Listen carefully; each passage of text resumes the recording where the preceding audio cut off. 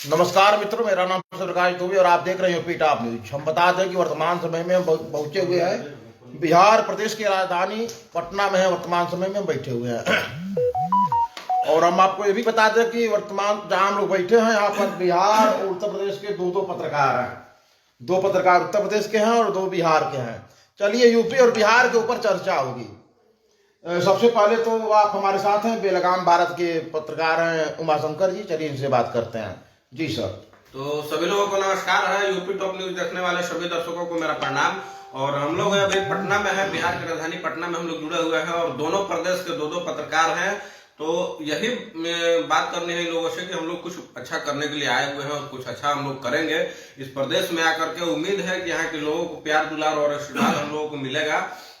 तो दो पत्रकार जो उत्तर प्रदेश के हैं, इन लोगों से मेरा कुछ सवाल है कि आप लोग जब यूपी से आए हुए हैं और यहाँ पे योगी जी का जहाँ पे सरकार है वहाँ पे आप लोग रहते हैं और वहाँ से आप लोग खबर चलाते हैं, तो क्या लगता है कि पत्रकारों में कौन सा राज आप लोगों को सुरक्षित लगा और योगी जी ने क्या क्या आप लोगों को दिया है सुरक्षा में? हमको तो ये लग रहा है, जैसे आपका सवाल है कि पत्रकारों के लिए कौन सा जगह सुरक्षित है, हमको लगता है पूरे इंडिया में पत्रकार कहीं नहीं सुरक्षित है। पत्रकार अपने जान हथेली पे लेकर के और लोगों की खबर करते हैं और लोगों की समस्याओं को सरकार तक पहुंचाते हैं, लेकिन अभी तक किसी प्रदेश में पत्रकारों की सुरक्षा नहीं दिया गया। किसी भी सरकार के द्वारा पत्रकारों के लिए कुछ सोचा नहीं गया। पत्रकार के भी बाल बच्चे हैं, घर परिवार है, माता पिता है, सब कुछ है, लेकिन इन लोगों के बारे में कोई सोचने वाला नहीं है। और वही पत्रकार आम जनता के लिए कहीं भी कोई पदाधिकारी से लड़ जाता है, कोई भी गुंडा मवाली से लोग लड़ जाता है और कुछ नहीं है, ना हथियार है ना कुछ है, बस एक माइक रहता है और एक कैमरा रहता है। तो बिहार में हम लोग हैं और बिहार में कुछ पॉजिटिव सोच के साथ हम लोग यहाँ पे उत्तर प्रदेश के दो पत्रकार हमारे बड़े भाई आए हुए हैं, सत्य प्रकाश दुबे जी और मिश्रा जी। तो इन लोगों से खास चर्चा हो रही थी बैठे बैठे, तो सोचे कि हम लोग आप लोग से भी जुड़े और जुड़ करके कुछ खास बात किया जाए। तो आप लोग अपना राय कमेंट बॉक्स में जरूर बताइएगा। और हम लोग कुछ आए हुए हैं भ्रष्टाचारियों के खिलाफ काम करने के लिए। मेरा मेन मकसद यही है और शुरू से हम बेलगाम भारत पे काम करते हैं, तो उस पर आप लोग वीडियो देख रहे होंगे कि बेलगाम भारत किस तरह से काम करता है। और हमारा नया पेज पब्लिक सपोर्ट है 24x7। तो इन लोगों से जुड़ते हैं और बात करते हैं कि बिहार में जो सीएम है नीतीश कुमार अभी समाधान यात्रा पे निकले हुए हैं, तो इन लोगों से भी बात करते हैं कि नीतीश कुमार क्या लगता है कि प्रधानमंत्री बन जाएंगे अब की बार? प्रधानमंत्री चलिए कोशिश करें, अब तो बनेंगे कि नहीं बनेंगे वो तो समय बताएगा भाई। कोशिश तो जितने नेता हैं इंडिया में सभी लोग करते हैं कि हम प्रधानमंत्री बन जाएं। वर्तमान समय आप कह रहे हैं कि नीतीश कुमार जी जो है समाधान यात्रा में निकले हैं, उधर राहुल जी जो है भारत जोड़ो यात्रा में निकले हैं। बिल्कुल सही बात है। तो दोनों आप देख सकते हैं वीडियो, और दोनों नेता निकले हुए हैं देश में और लोगों को ये कर रहे हैं। लेकिन देखिए कुछ वैसे होते हैं कि अभी बिहार में जातीय जनगणना चल रहा है, तो कुछ ऐसे नेता होते हैं जो जाति पार्टी में बांटने का प्रयास करते हैं। तो आप लोगों से निवेदन है कि जाति पार्टी में कृपया न बटे और वैसे नेता को चुनाव हो, वैसे मुखिया को चुनिए, वैसे विधायक को चुनिए, वैसे पार्षद को चुनिए कि वो आपका क्षेत्र का विकास कर सके। वो केवल ही ना कि अपना विकास करे। और कुछ लोग ऐसा होता है मुखिया जी लोग को थोड़ा सा हमको तो यही लगता है, आप कह रहे हैं ना कैमरे पे आकर के आप भाषण दे रहे हैं, जाति जनगणना हो रही है आपके बिहार में, आप लोग जाति माने जातीयता मत लीजिए। लेकिन हम बिहार में तो ज्यादा नहीं घूमे हैं, लेकिन हमारे यूपी में वर्तमान समय की स्थिति यही है कि जाति के नाम पे जो ही बरगला करके वोट मांगा जाता है। और जात के नाम पे बरगला करके वोट नहीं मांगा जाएगा तो हमको लगता है कि वहां विधायक बन पाएंगे लोग, नहीं एमपी बन पाएंगे लोग। बिल्कुल सही बात है। बिहार में भी उसी तरह का मामला है कि जाति और पार्टी में बांट करके लोगों को, और नेताजी लोग हैं जो वोट ले लेते हैं और वोट लेने के बाद बस राजधानी में चले जाएंगे। अब नेताजी को आप फोन करते रहिए और खोजते रहिए, आपका फोन नहीं उठेगा और नेताजी आपका मिलेंगे नहीं, और क्षेत्र का विकास उसी तरह से रुका रहेगा। हर जगह का ये सिस्टम है कि नेताजी लोग मंच में चढ़ेंगे तो जातिवाद के नाम पे वोट मांगेंगे। कोई भी नेता विकास की बात कभी नहीं करता है, शिक्षा की बात नहीं करता है, रोजगार की बात नहीं करता है। नहीं, शिक्षा रोजगार नहीं चाहिए, केवल जातीयता के नाम पे वोट मांगा जाएगा, बरगला करके जो विधायक बनेंगे लोग। चलिए मिश्रा जी कुछ कहना चाहते हैं। नमस्कार दोस्तों, आप न्यूज देखने वाले सभी श्रोताओं को हमारे तरफ से नमस्कार। दोस्तों, जहां तक मेरा मानना है कि अब ये विधानसभा का चुनाव या लोकसभा का चुनाव पेटी कंट्रेक्टर बेस पे हो गया है, ये भी ठेकेदारी हो गया है। 5 सालों में इस पार्टी में लोग जाते हैं, 5 साल में पार्टी में जाते हैं, देखते हैं कि मोदी जी का जलवा है, कहीं राहुल जी का जलवा है, तो पेटी कंट्रेक्ट हो गया है। जैसे ठेके पर हम लोग पेटी कंट्रेक्ट पे देते हैं, उसी तरह ये पेटी कंटेक्ट हो गया है। 5 करोड़ 2 करोड़ 3 करोड़ की बातें होती हैं, जो ज्यादा पैसा देते हैं उसी को टिकट मिलता है, चाहे भारतीय जनता पार्टी हो, चाहे समाजवादी पार्टी हो, चाहे बहुजन समाज पार्टी हो, चाहे कांग्रेस पार्टी हो। ये सभी पार्टियों का पेटी कंटेक्ट बेस हो गया है और ये नेतागिरी जो है पूरा इसी पे हो गया है। तो इन लोगों का कहना है नेताओं का कि जब मैं 5 करोड़ 10 करोड़ दे करके विधायक और मंत्री बनूंगा तो क्यों जनता का सुनूंगा।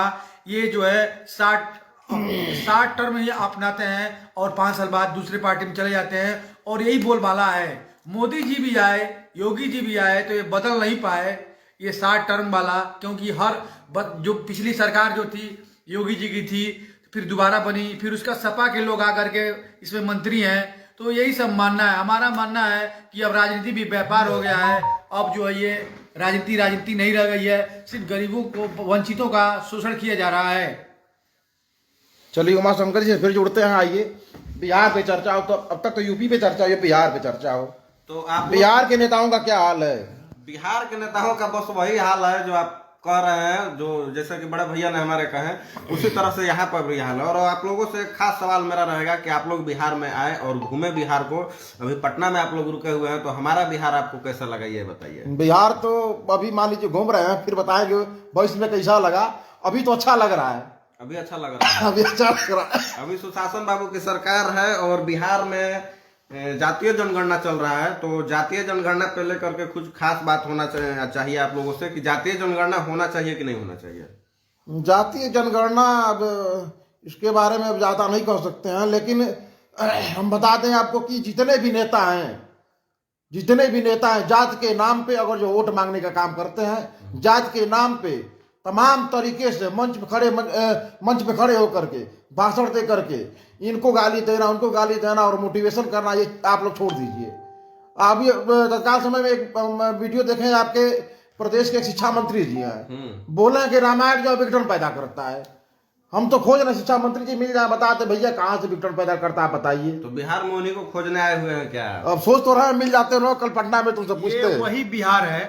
अभी पिछली बार जब हम लोग बिहार आए थे तो लगभग जो है 42 महीनों से धरने पर बैठे वो टेट पास बच्चे ऐसे रो रहे थे जैसे लग रहा था कि उनकी गाय भैंस, उनके माँ बाप मर गए हैं। नौकरी के लिए 42 महीनों से बैठे थे। उनका कहना था कि जो यहाँ पे उप मुख्यमंत्री बने हुए हैं बिहार के लाल, उन्होंने वादा किया था 10 लाख नौकरी देने के लिए। भैया आप किस दुनिया में है? बिहार में सब होता रहता है। अभी हम बक्सर आए थे, नौकरी अभी हम 2 दिन वादे नहीं हुए। जहाँ रही भ्रष्टाचार की बात, तो यही बिहार में एक ऐसी महिला IAS पकड़ी गई थी जो करोड़ों की मालकिन थी और 6 महीना जेल भी गई थी, जल्द ही छुट्टी है। ऐसे ऐसे भ्रष्टाचारी बिहार में भी काम कर रहे हैं।